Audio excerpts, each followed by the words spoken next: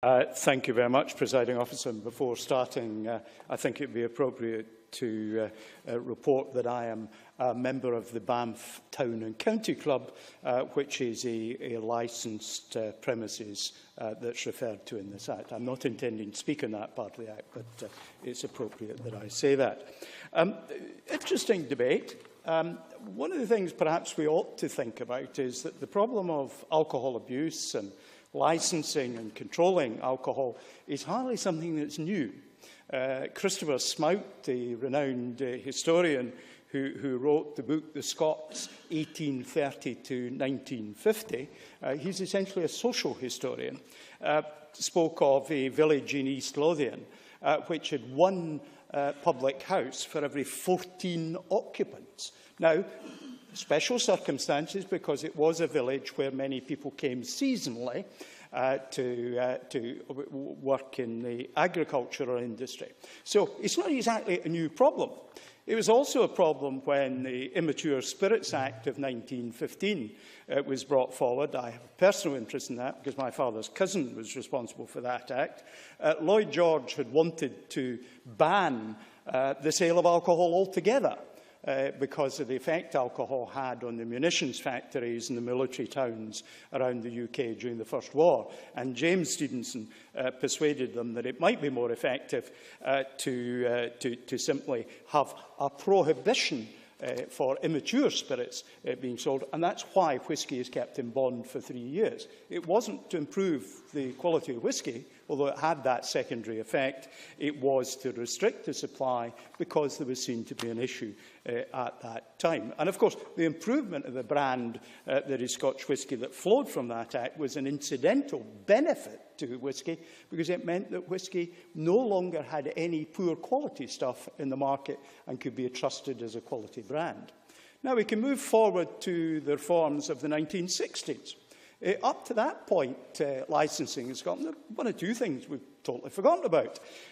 In that, for example, we had the veto poll, which Teddy Taylor, who was the Tory MP for Cathcart for many years, was a very strong exponent of. And Cathcart, I think, subject to confirmation, was the last area in Glasgow where there was a total veto, because the population had requisitioned a poll under the requisite legislation and voted to have no licensed premises in their area.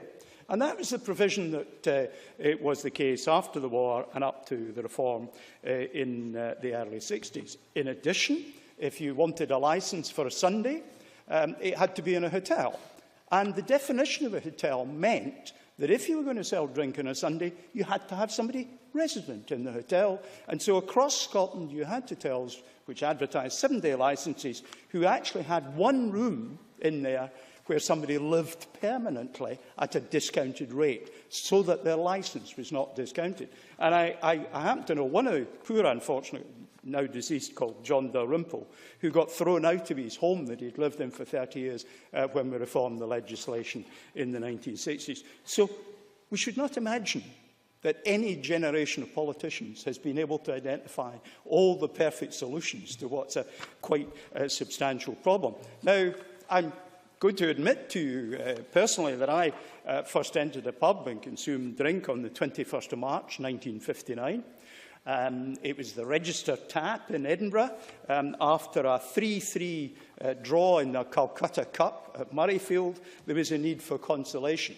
You will probably have been able to work out I may not have been fully of age, and the barman did ask me to sit behind the door in case a policeman popped his head round the door. Things were a lot more lax in the old days. I think the provisions that we're looking at now in taking things forward are much better. And my grandfather, of course, wouldn't have approved at all, because he was a member of the Society of Rechabites who went around trying to get people to sign the pledge. He was against drinking in all its forms.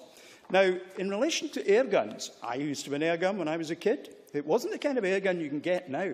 It struggled to propel its .177mm lead pellet more than about 30 feet. The guns we have now are more significant. And of course, if I wanted to carry it in a public place, I needed a licence. But that was simply a question of going to the post office, handing over 10 bob and getting a licence. I think it really was just a way of recording who had these licences, and seemed utterly pointless. In my concluding remarks, I want to just commend the policy position that Cara Hilton has taken. I had enormous sympathy for what she expressed in relation to the sexualisation of the female image.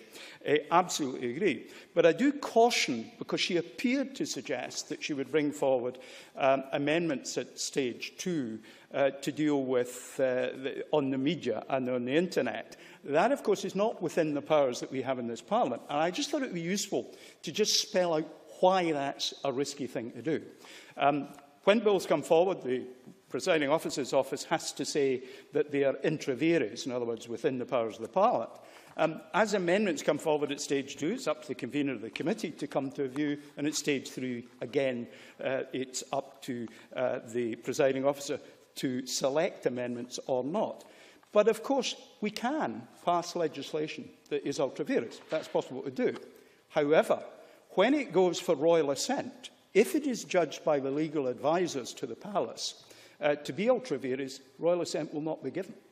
So it isn't simply a matter of the little bit of the bill that is ultra vires being struck out, although it could be at a later date if there's a dispute. It could cause the whole bill to fall.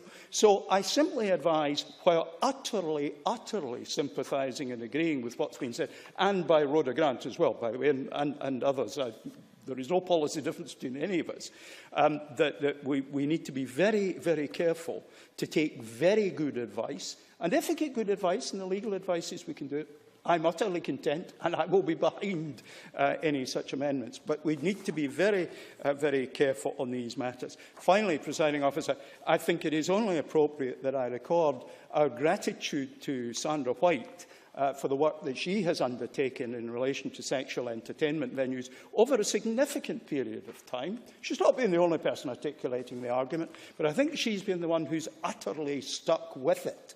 And it is to her eternal credit that in the bill that we see before us today, we see Sandra's not inconsiderably small hand writ large in the effects that are before us. And I wish this bill every success as it passes through subsequent stages in Parliament. Presiding Officer.